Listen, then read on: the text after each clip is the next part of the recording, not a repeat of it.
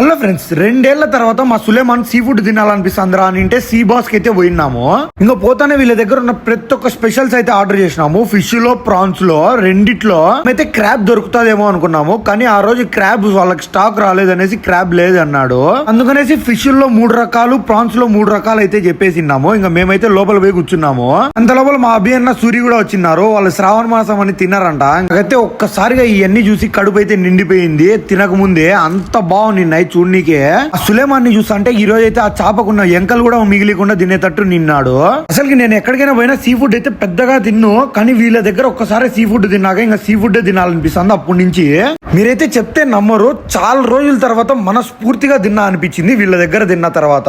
అసలు ఆ full fish ఉంది భయ్యా, మామూలుగా లేదు. ఒక్కొక్క పీస్ అట్లా అద్దుకొని ఎర్రగడ్డ పెట్టుకొని తింటా అంటే నాకైతే ఈ వీడియో చేసేటప్పుడు కూడా మళ్ళా తినాలనిపిస్తా ఉన్నింది. అంతగా నచ్చింది నాకైతే. దగ్గర అయితే మార్నింగ్ టు ఈవినింగ్ రా ఫిషెస్ కూడా అమ్ముతారు, టూనా ఫిష్ తో సహా ఉన్నాయి. వీళ్ళ దగ్గర తినమనే దానికి కారణం అదే. వీళ్ళ దగ్గర అయితే ఏ రోజుకి ఆ రోజు అయితే ఫ్రెష్ ఫిషెస్ అయితే వస్తాయి. అసలు ఆ టైగర్ ప్రాన్స్ కబాబ్ నోట్లో పెట్టుకుంటానే ఉన్నింది. నా మనసు అంతా కరిగిపోయింది, అంత బాగుంది.